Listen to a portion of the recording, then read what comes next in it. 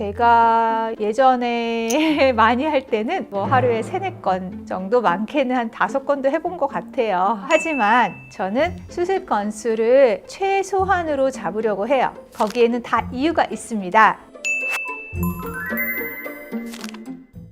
안녕하세요. 성형외과 전문의 닥터 줄리쌤입니다. 저희 병원에 상담하러 오시는 환자분들, 수술 예약하시는 분들 간혹 저한테 이렇게 물어보세요. 선생님, 정말 하루에 2건밖에 수술을 안 하세요? 하루에 수술 건수가 많아야 좋은 거 아닌가요? 맞습니다. 저도 하루에 수술 여러 건 하면 돈도 많이 벌고 좋겠죠? 하지만 저는 수술 건수를 최소한으로 잡으려고 해요. 거기에는 다 이유가 있습니다. 오늘은 줄리쌤의 하루 수술 횟수의 비밀 알려드릴게요.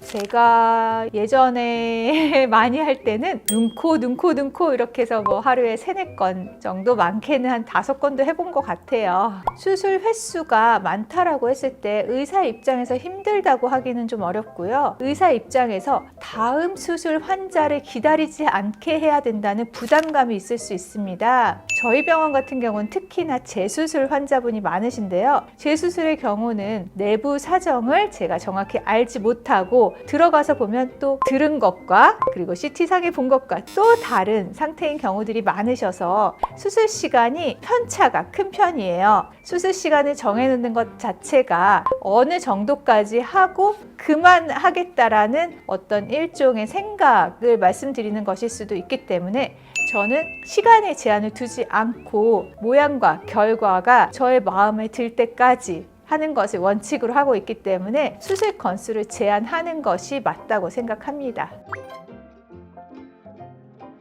수술 건수를 2건이라고 제한하지는 않아요. 대략적으로 2건 정도이지만 재수술이고 굉장히 까다로울 것으로 생각되는 경우라면 그냥 하루를 빼놓기도 합니다. 반면 첫 번째 수술이라던가 혹은 재수술이어도 큰 틀이 아닌 작은 부분의 수정을 원하시는 분들이시라면 하루에 2건 정도까지, 혹은 정말 작은 수술만 있는 날이라면 좀 더 많은 케이스를 수술하기도 합니다. 하지만 어쨌거나 다음 환자 스케줄 때문에 앞 환자가 지장을 받는 일은 없도록 하기 위해서 최선을 다하고 있습니다.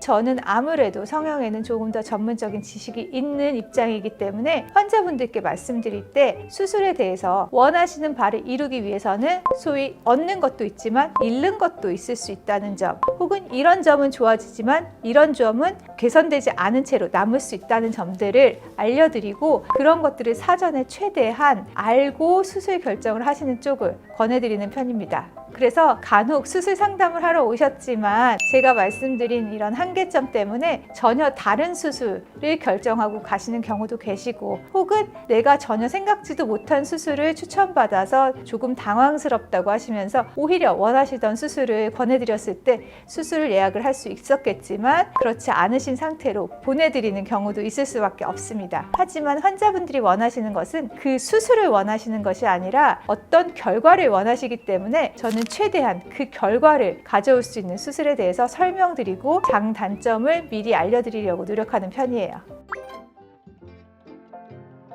이런 분들은 사실 개인적인 취향을 어느 정도 제가 존중할 수밖에 없어요. 왜냐하면 미라는 것은 객관적인 것도 있지만 주관적인 만족도 있기 때문입니다. 이런 경우에는 제가 어느 정도 절충하는 한에서 환자분의 니즈를 최대한 맞춰드리려고 하지만, 경우에 따라서는 저는 이렇게 흰자위가 다 보이는 커다란 눈을 만들고 싶어요 라고 말씀하셔서 안구 노출로 난시나 시력 약화가 생길 수 있는 문제가 있는 경우라면 이런 경우는 제가 권해드리지 않습니다. 간혹 특정 부위에 꽂히셔서 그 부분만 보시는 분들 계세요. 내 턱은 아무래도 무턱인 것 같다라고 하면서 이미 필러가 이만큼 들어있는데 또 필러를 맞으러 오시는 분들, 이런 분들은 최대한 자세히 설명해 드리면서 시술이나 수술을 해드리지 않는 방향으로 하고 있습니다.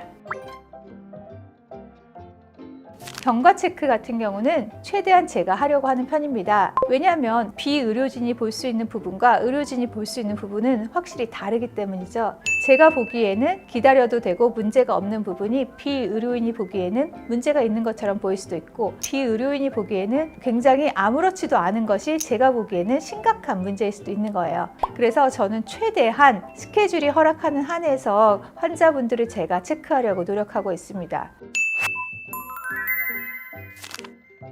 성형수술, 특히 재수술이시라면 고민도 많고 생각도 많으실 텐데요. 저에게 상담 오셔서 이런 부분에 답을 찾아보시면 어떨까요?